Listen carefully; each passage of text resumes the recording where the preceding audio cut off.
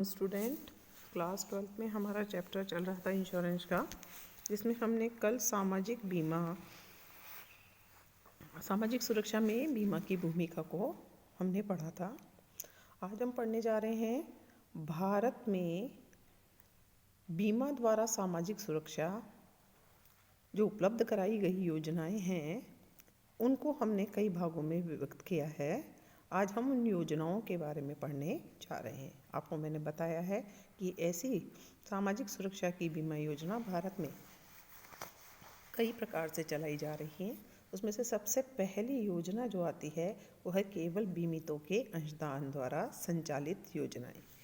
इन योजनाओं में जो बीमा कराने वाला व्यक्ति यानी बीमित स्वयं ही बीमा का प्रीमियम का भुगतान करता है और ऐसा करके वह अपने पीछे अपने आश्रितों के आर्थिक सुरक्षा की व्यवस्था करता है। भारतीय जीवन बीमा निगम और निजी क्षेत्र के सभी प्रकार की जो कंपनियां हैं जिन्हें बीमा करता कहते हैं, उन्होंने आजीवन बीमा पत्रों, बंदोबस्ती जीवन बीमा पत्रों, अवधि जीवन बीमा पत्रों, इन तीनों बीमा पत्रों में 2 या 3 की विशेषताओं से विकसित मिश्रित विकास पत्रों के अधीन बीमा सुरक्षा प्रदान कर बीमितों को सुरक्षा प्रदान की है।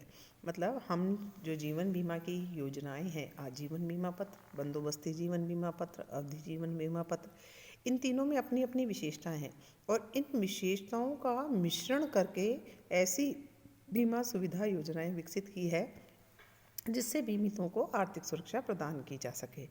इनमें प्रीमियम बीमाकर्ता को स्वयं या उनके अभिभावक, दादा दादी, नाना नानी द्वारा दी जा सकती है।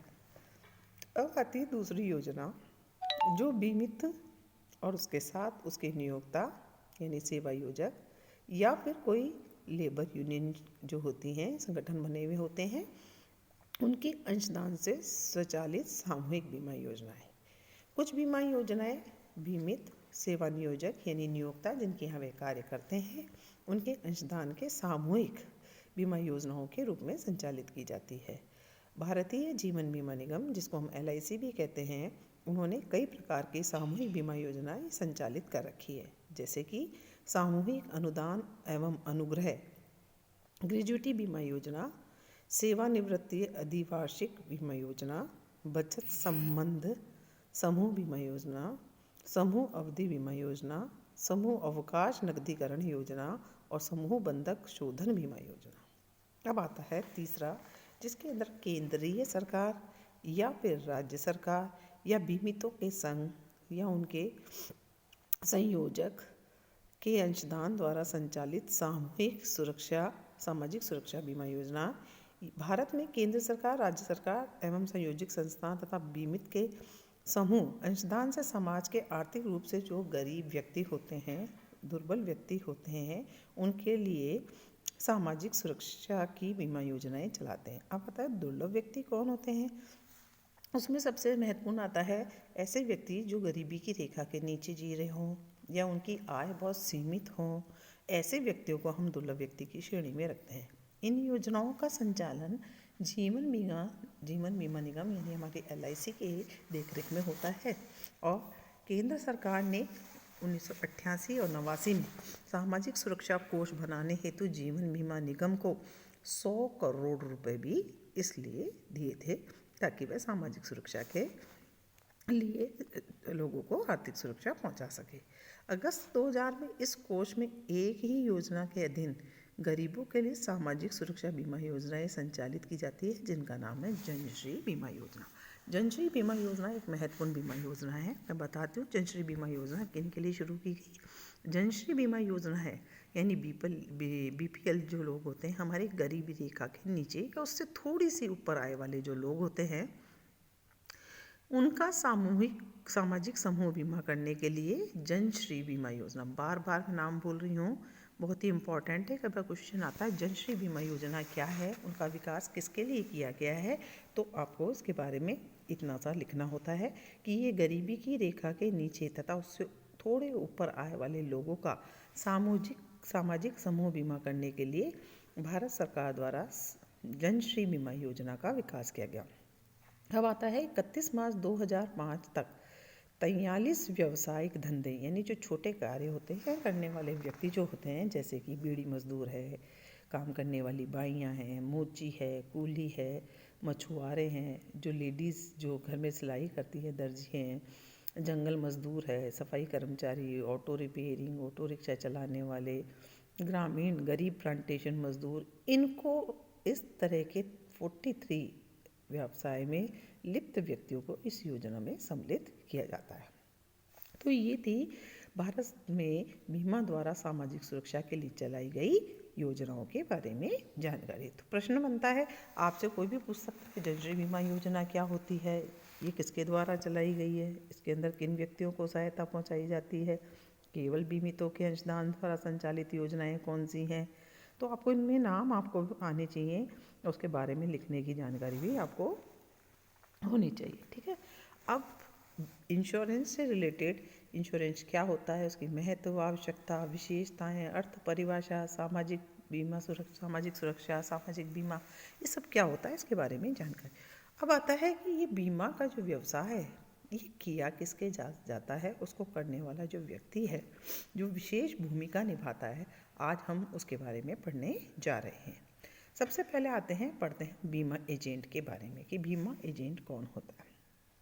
एक बीमाकर्ता के बीमा व्यवसाय की सफलता का मूल्यांकन इस तथ्य पर करता है कि बीमा कंपनी की समाज में लोकप्रियता और विश्वसनीयता कैसी है। बीमा कंपनी किन किन बीमा उत्पादों को कितनी मात्रा में और कितने समय में विक्रय कर रही है। वर्तमान में बीमा कंपनी के संपादित ग्राहक दूरस्थ स्थानों पर बिखरे होने के साथ साथ बीमा कंपनी के संपादित ग्राहक दूरस्थ स्थानों पर बिखरे होने के साथ साथ बीमा कंपनी की अनेक योजनाओं के द्वारा बीमितों को अनेक बीमा उत्पाद की सुविधाएं प्रदान करती है। ऐसी स्थिति में बीमाकर्ता अकेला ग्राहकों से संपर्क स्थापित करने में असमर्थ रहता है और यही कारण है कि अपने इस व्यवसाय को पूरा करने के लिए जो कि एक उद्देश्य से होता है, तो बीमा करने वाले और बीमा कराने वाले के बीच संबंध स्थापित करने के लिए कोई ऐसे व्यक्ति विशेष की आवश्यकता होती है जो इस कड़ी को जोड़ सके। जो व्यक्ति इस कार्य को करता है यानी बीमाकर्ता और बीमित के मध्य मध्यस्थ का कार्य करता है, उस व्यक्ति को बीमा एजेंट यानी बीमा अभिकर्ता कहा जाता है। सिंपल सी बात है, आप सभी व्यवसाय के बारे में पढ़ चुके हैं, क्योंकि एक व्यवसायी अपने व्यवसाय को लाभ कमाने के उद्देश्य से शुरू करता है तो वह अकेला जो उत्पाद या सेवाएं वो देता है वो प्रत्येक ग्राहक तक उस अकेले व्यक्ति द्वारा पहुंचना असंभव होता है। इसीलिए व्यवसाय के अनेक स्वरूपों का प्रादुर्भाव हुआ और प्रादुर्भाव होने के साथ साथ उसे कई सेवाओं की आवश्यकता, जिसके अंदर आपने पहले भी पढ़ा है, यातायात सुविधाएं भी चाहिए, संचार सुविधा भी चाहिए, गोदाम भंडारण की सुविधा भी चाहिए, है ना। तो ऐसी सुविधाओं में जब एक व्यक्ति विशेष से उसके उपभोक्ता तक पहुंचने के लिए वह असमर्थ होता है तो उसे किसी न किसी प्रकार की एक श्रृंखला की, उसके अंदर मध्यस्थों की आवश्यकता होती है। जैसे कि आप पढ़ा है कि एक व्यवसाय के अंदर थोक विक्रेता, फुटकर विक्रेता, एजेंट, ये सब होते हैं। ठीक उसी प्रकार में बीमा भी व्यावसायिक सेवा श्रेणियों के अंदर आता है और जहाँ पर बीमाकर्ता द्वारा सेवाएं प्रदान की जाती है, अनेक प्रकार योजनाओं के अंदर बीमा लोगों को प्रदान किया जाता है, तो बीमित व्यक्ति जो कि उसके ग्राहक होते हैं वह उन सेवाओं को प्राप्त करने के लिए, उसका लाभ उठाने के लिए उससे संबंध स्थापित करना चाहते हैं। और आपने पढ़ा भी है कि बीमा एक अनुबंध है दो व्यक्ति विशेष के बीच में, यानी बीमाकर्ता और बीमित के बीच में। तो इनके बीच बीमा एजेंट जो होता है, बीमा अधिकर्ता जो होता है, इन दोनों के बीच संबंध स्थापित कराने का कार्य करता है। बीमा एजेंट और एक सामान्य अभिकर्ता में थोड़ा डिफरेंस होता है, वो हम आपको बताएंगे कि क्या डिफरेंस होता है। तो आइए सबसे पहले हम एजेंट शब्द का अर्थ समझते हैं। एजेंट क्या होता है? भारत में एजेंट की नियुक्ति, उसके अधिकार तथा उसके प्रदान और एजेंट के बीच संबंधों के नियमन एजेंसी कानून द्वारा के अनुसार होता है। यानी कि एक नियोक्ता जो अपना अभिकर्ता या एजेंट को नियुक्त करता है, उन दोनों के बीच क्या संबंध है, उसका क्या कानून है, ये हमारा बीमा संबंध नियमन एजेंसी कानून द्वारा किया जाता है। यानी यहाँ पर बीमा हम एजेंट की बात कर रहे हैं। एजेंसी विधि के प्रावधान भारतीय अनुबंध अधिनियम 1872 की धारा 182 से 238 में दिए गए हैं। एजेंसी संबंधित प्रावधानों के अनुसार एजेंसी एजेंट प्रधान के बीच संबंध का नाम ही क्या है? एजेंट है। 182 की धारा के अनुसार एजेंट वे व्यक्ति है जिसे किसी अन्य व्यक्ति द्वारा किसी कार्य को करने अथवा किसी अन्य या तीसरे पक्षकार के साथ व्यवहार करने हेतु अपना प्रतिनिधित्व यानी एजेंट के रूप में उसे नियुक्त किया हो, जो उस नियोक्ता विशेष की ओर से तीसरे पक्षकार के साथ व्यवहार करता है।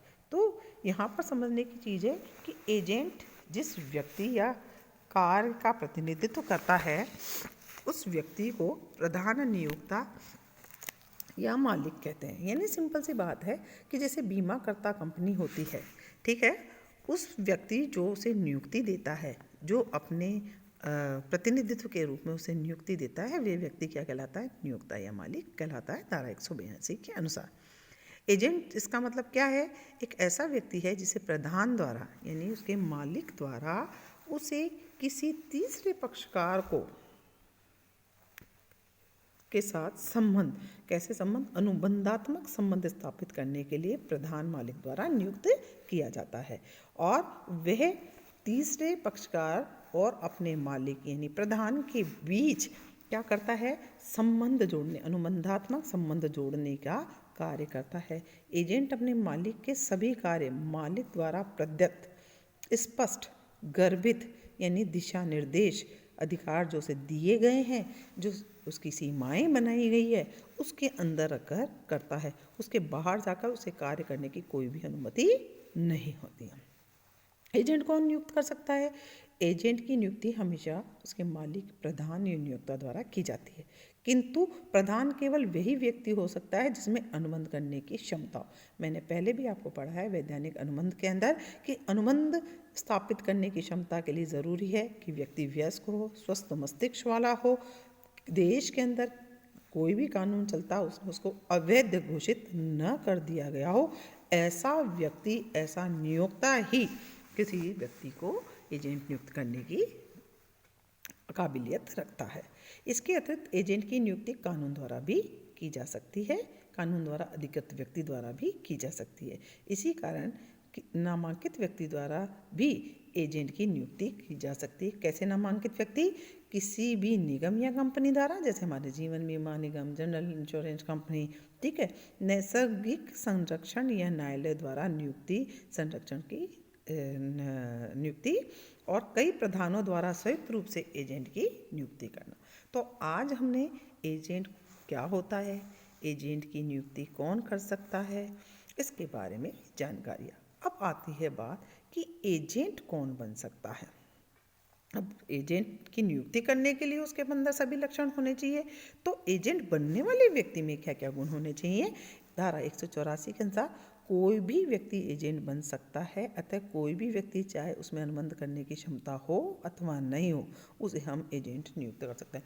मैंने आपको बोला था कि नाबालिग व्यक्ति भी एजेंट बन सकता है, लेकिन उसके द्वारा किए गए कार्यों के लिए उसका नियोक्ता जिम्मेदार होता है, उसका उत्तरदायित्व होता है। इसलिए यहाँ पे शब्द लिखा है कि कोई भी व्यक्ति बन सकता है। अतः अवयस्क, अस्वस्थ मस्तिष्क वाले व्यक्ति को भी हम एजेंट की नियुक्ति के रूप में कर सकते हैं। इसी कारण एजेंसी की स्थापना के लिए किए गए ठहराव का होना पर्याप्त है, किंतु किसी भी अवयस्क, अस्वस्थ मस्तिष्क वाले व्यक्ति को एजेंट नियुक्ति करना जोखिम भरा कार्य होता है। क्यों? क्योंकि वो कुछ भी गलती करेगा तो उसका भुगतान नियोक्ता को ही करना होता है। ऐसा करने के क्या क्या परिणाम हो सकते हैं? ऐसा एजेंट अनाधिकृत गलत कार्यों के लिए प्रधान के प्रति उत्तरदायी नहीं होता है, क्योंकि नाबालिग व्यक्ति को तो आप कुछ कह ही नहीं सकते। प्रधान ऐसे एजेंट को किए गए कार्य के लिए तृतीय पक्षकार के प्रति स्वयं उत्तरदायी होता है, क्योंकि उसने प्रधान की ओर से कार्य किया है। तो कुछ भी अगर वो व्यक्ति जिसको आपने एजेंट नियुक्त किया है, जो मस्तिष्क नहीं है, जिसके पास विवेक नहीं है, जिसके पास नाबालिग है, तो ऐसी सिचुएशन में सारी जिम्मेदारी तो मालिक की हो जाती है। तो ये सारे परिणाम उसको भोगने पड़ सकते हैं। इसीलिए कहा गया है कि एजेंट व्यक्ति के अंदर भी वह सब गुण होने चाहिए जो दूसरों से अनुबंधात्मक संबंध स्थापित कर सके। अगर हम अपनी कॉस्ट पे किसी भी ऐसे व्यक्ति को हम अपना एजेंट नियुक्त करते हैं तो जिम्मेदारी हमेशा नियोक्ता या प्रधान